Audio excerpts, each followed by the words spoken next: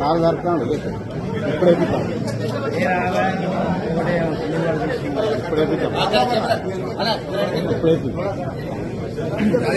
Sir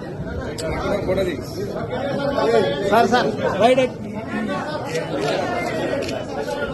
sir ఒక్కసారి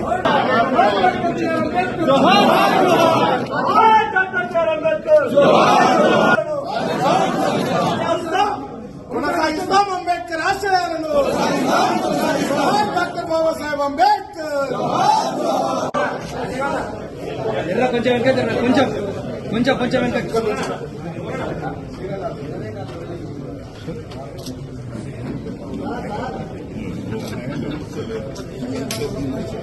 అక్కడ వరకు పోవచ్చు ఇక్కడ ఉన్న అందరూ అటువంటి మరోసారి సరిపోయింది ఫోటో కనిపించండి ఫోటో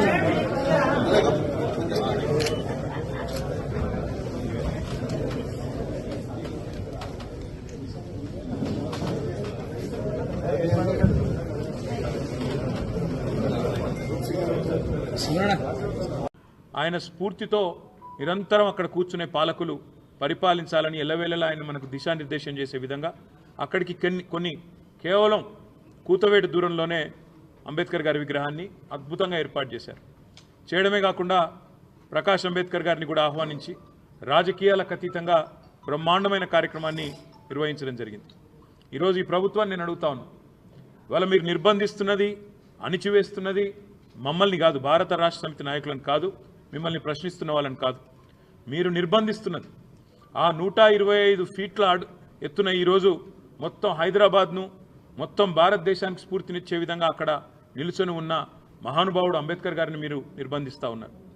మీకు కోపం ఉంటే మా మీద ఉండవచ్చు, కేసీఆర్ గారి మీద ఉండవచ్చు, భారత రాష్ట్ర సమితి మీద ఉండొచ్చు, మా మీద అక్కసు ఉండొచ్చు. కానీ ఆ అక్కసును ఒక మహానుభావుడు ఏప్రిల్ 14 వారి జయంతి, డిసెంబర్ 6 అంబేద్కర్ గారి వర్ధంతి, మధ్యలో రాజ్యాంగ దినోత్సవం కూడా ఉన్నది. ఈ 3 సందర్భాల్లో కూడా బ్రహ్మాండంగా అక్కడ కార్యక్రమాలు చేయవచ్చు. డాక్టర్ బాబాసాహెబ్ అంబేద్కర్ దగ్గర విగ్రహం దగ్గర ఒక అద్భుతమైన మ్యూజియం కూడా ఏర్పాటు చేసినాం. దాన్ని ఈరోజు వరకు మీరు పట్టించుకోరు.